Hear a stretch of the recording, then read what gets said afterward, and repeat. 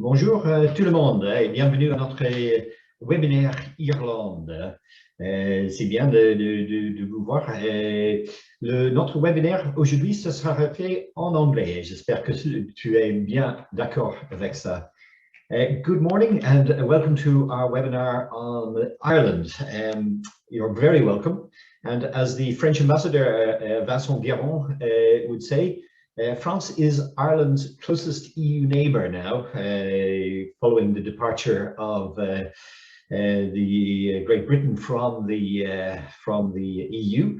So we're delighted to talk to you about the opportunities, particularly in the infrastructure sector. And I will be joined in a short while, certainly by Glenn Carr. We're hoping also to be joined by Steve Preece from Egis Projects, but Steve is unfortunately not able to join us yet. So I hope to be able to welcome a little bit later during the webinar. But you're very welcome, and hopefully we can pass on some information on the infrastructure in Ireland. Next slide, please. So the slide is in French, so please feel free to read it. Just wanted to make some small points on Ireland. So the Irish economy is the fastest growing economy in Europe. And despite the current war in Ukraine, which has, I think, will force Ireland to recalculate the economic growth for this year, we're still looking from the point of view of the Irish government at an economical growth of around about 6.5% this year. So still strong growth in the Irish economy. And it's Forbes magazine has classed Ireland as one of the best places, one of the best countries to do business in. There is a very low rate of unemployment in Ireland. It's inferior to 5% and it's continuing to diminish. There is certainly a large amount of young Irish people interested in working for companies who are setting up in Ireland. And because of Brexit, Ireland has become a very good port of entry to the common market from many countries, including the US, where there is a very strong connection between the economy of Ireland and the economy of the US. Next slide, please. So just wanted to give you a little bit of an idea about the trade between Ireland and France. We'd certainly like to see, and I certainly know the Team France Export, the organization that groups many bodies in Ireland, would certainly like to see an increase in trade. At the moment, it's 6.6 billion is the amount of trade into France from Ireland. On the reverse direction, currently 3.35 billion trade coming in from France to Ireland. And certainly, I think that we have a huge opportunity now that Brexit is in place to actually increase the trade that comes in from France, and we'd be very much welcoming an improvement in trade from France to Ireland, so we can maybe balance it between what is done from Ireland to France and what is done from France to Ireland.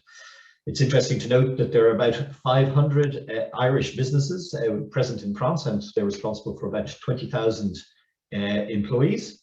And according to our own Central Statistics Office in Ireland, France is the 6th European investor in Ireland, with 350 French enterprises already implanted in Ireland with 13,000 employees. And this figure is definitely growing. Next slide, please.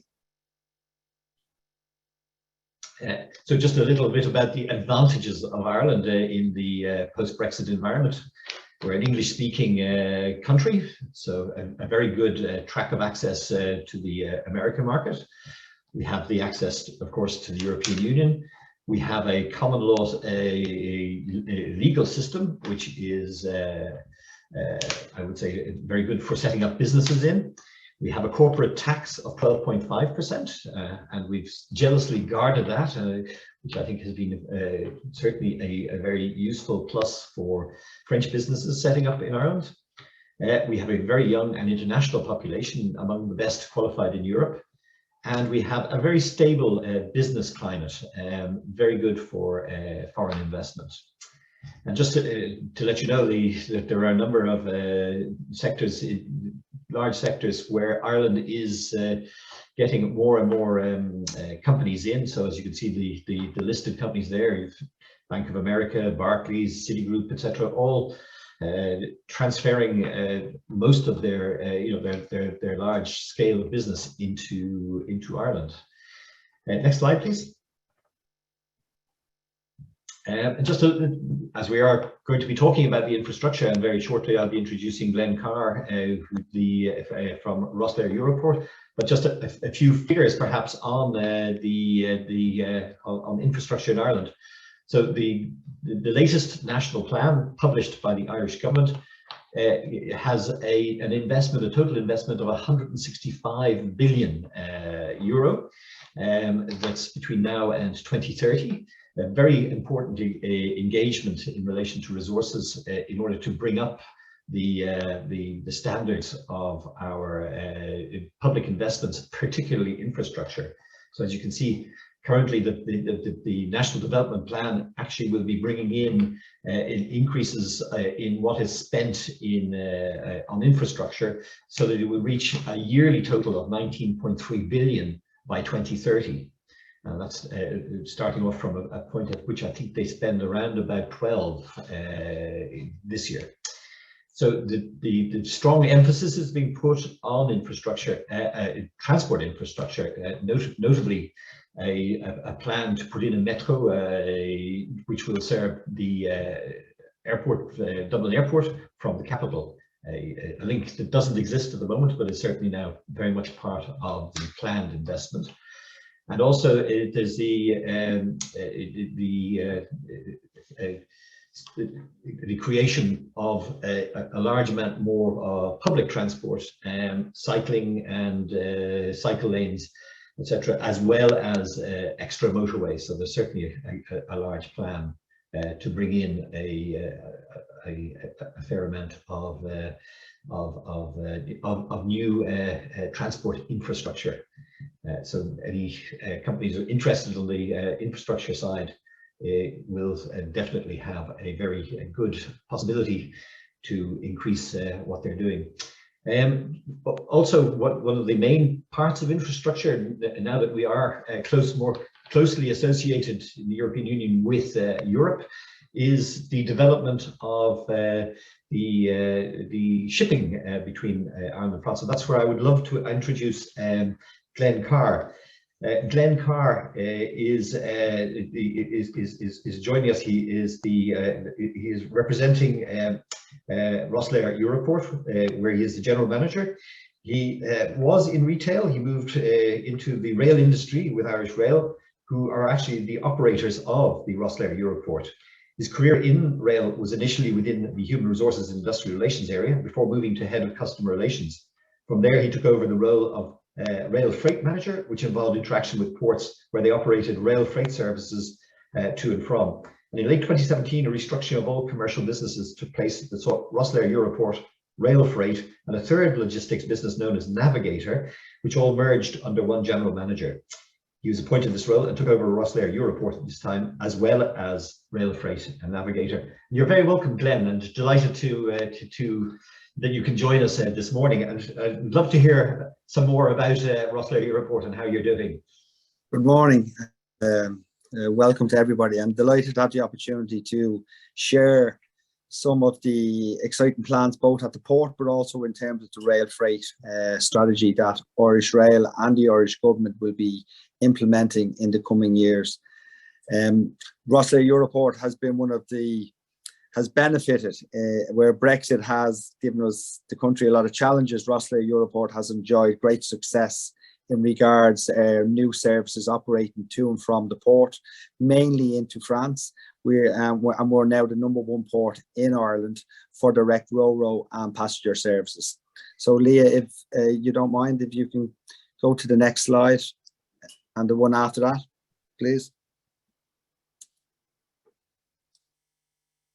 So just a little bit about the port and our investment plans, because we're about to embark on probably single biggest ever investment in the port. But our performance in particular since 2021, Rosslare Europort is now Ireland's #1 port for direct ro-ro and passenger service to Europe.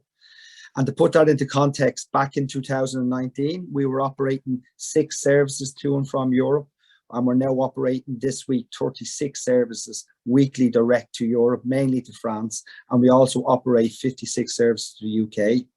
We've seen the highest ever growth in our traffic in 2021, with a combined growth of plus 50% of freight going through the port in 2021.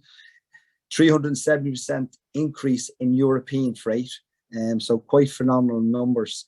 And also we're the best located port to Europe, the quickest sailing directly into Europe. And we're also very lucky in that we're going to be uniquely located for the offshore developments that are planned across the Irish and the Celtic Seas.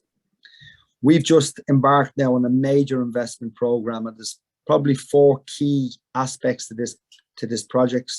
The first is our overall master plan, and what's known as a T7, Project T7, which is the border control post coming inside the port. Altogether, that investment is in the region of 100 million, which will be commencing this year.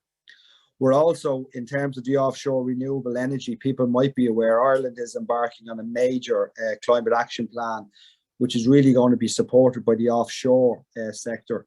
And in the Irish and Celtic Sea, there are significant investment plans in terms of offshore renewable.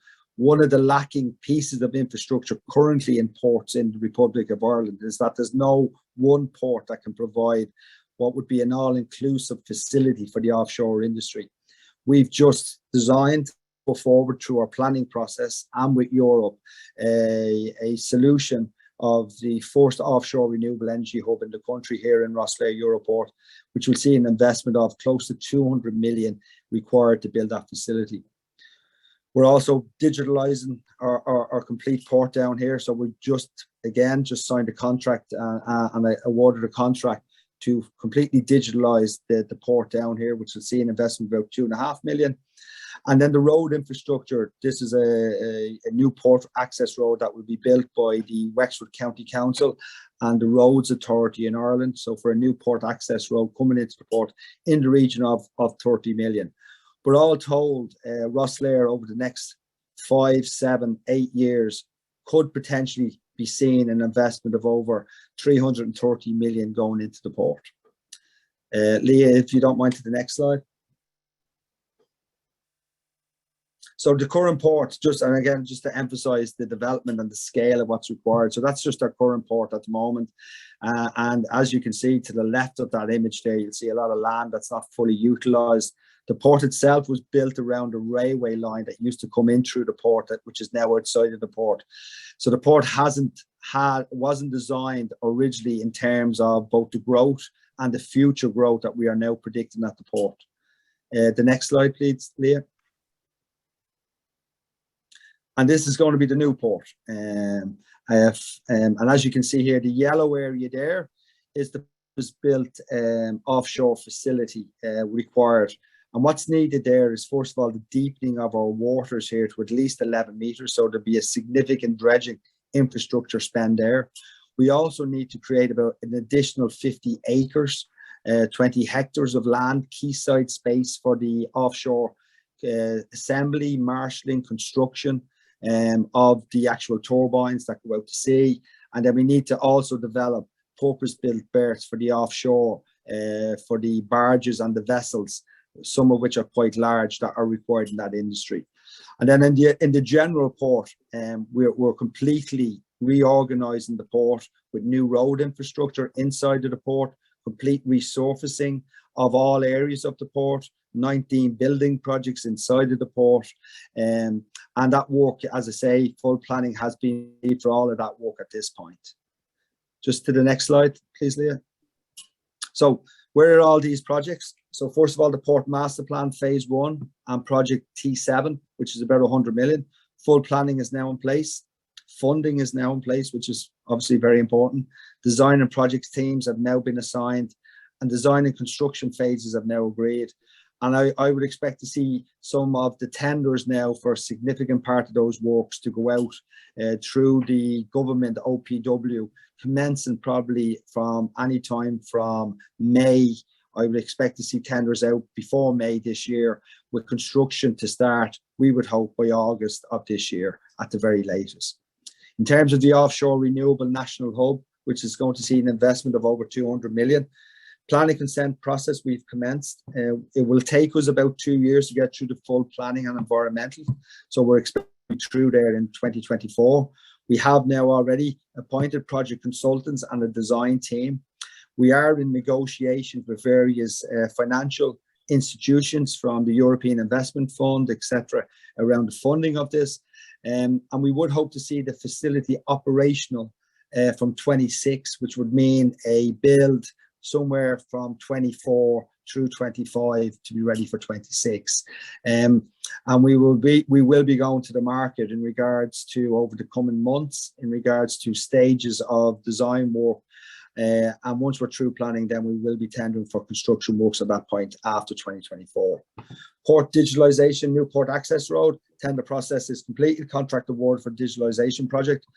In regards to the new port access road, design for that new access road is now completed. Planning process has commenced, and we would expect to see that completed by the end of the year, with construction expected to commence through 23. So again, we would expect to see tenders from the Irish Road Authority and Wexford County Council emerging for that type of work by the end of this year.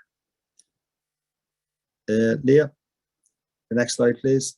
So the other area I look after is the rail freight in Ireland, and we have just embarked on a major rail 2040 strategy with the Irish government in regards to increasing the use of rail freight throughout Ireland. I'll quickly go through these slides because there's a lot of content, and I suppose the one you'll be most interested in is the scale of the investment and the type of infrastructure we'll be putting in with this project. So next slide, please, Leah. Look, this is just in regards to the national policy context, in regards to the whole climate action plan in the country. Ireland has targeted under its climate action plan for many different industries. In the transport industry in particular, the focus is on developing rail to complement freight movement within Ireland, as we're seeing across the rest of Europe. Next slide, please, Leah. I mean, the key messages from Ireland's point of view is addressing the climate action change. Our key message is we believe rail freight can support the climate action change. In fact, the biggest investment of funding in the EU over the next 10 years in terms of infrastructure is associated with rail infrastructure projects. And the biggest fund pots available in the EU, by the way, for governments is in the rail sector across Europe. Next slide, please. So the rail freight strategy, I mean, as the whole, these are all the key bits of tapping into national European policy, environmental, road sector pressures. We have a lot of congestion in Ireland. There's a huge shortage of drivers in Ireland, as there is across Europe. Ports need now to be rail connected going forward and enhance their rail connections in order to maintain tier 1 status. And companies across Ireland, like across the world, are looking for a more green, environmental, sustainable way of moving their goods going forward. Next slide, please, Leah. Just to give you some idea, Ireland has about 1% of freight at the moment, so we lag severely behind the rest of Europe, which has on average 18%. So we have a great opportunity in Ireland because we're coming off a low base. We have a good rail network that can be enhanced in certain sections, and we've certainly got plenty of availability of land to develop rail. And also we have key ports that need enhancement of the rail infrastructure at ports. So we're looking to move that business from 1% to at least 5%, then 10%, and then 15% over the next 10, 15, and 20 years. Next slide, please. So our freight is built on 5 pillars of enhancing connections with seaports, developing a network of inland ports, addressing our rolling stock, progressing our own network.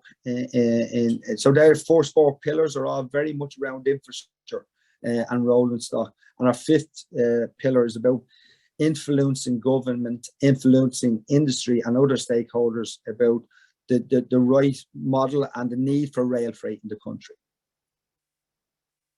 Next slide, please, Leah. So the implementation of this, you could just, if you want to.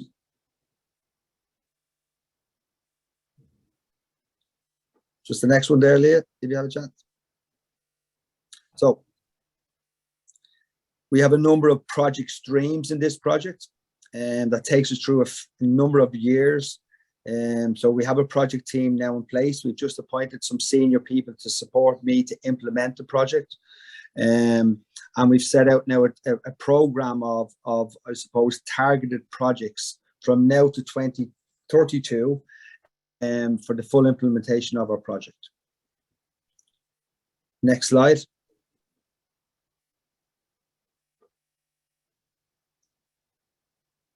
We've seen to just lost one slide there, Leah. I'm not sure if you can see it.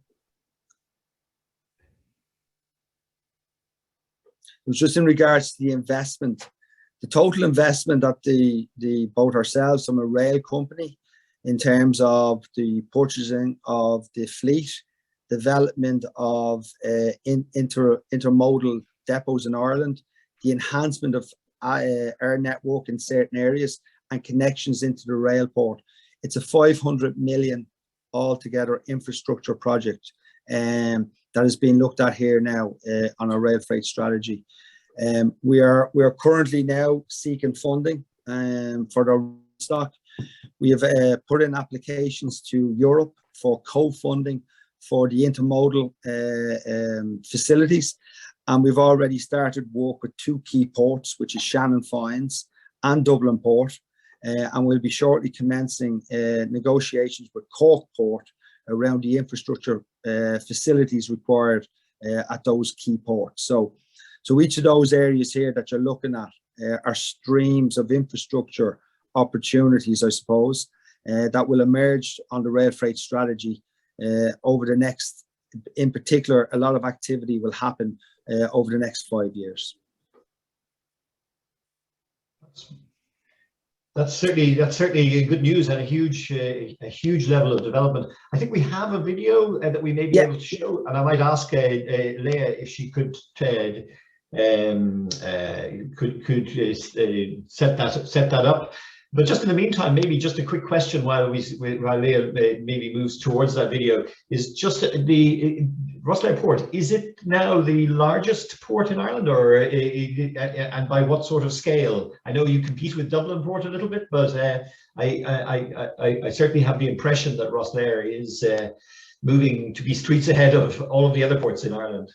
Well, I suppose we specialize in roll on, roll off and passenger. So the other ports would do lift on, lift off. They would do bulk liquids, etc. So they're physically bigger and they turn over obviously more in general than us.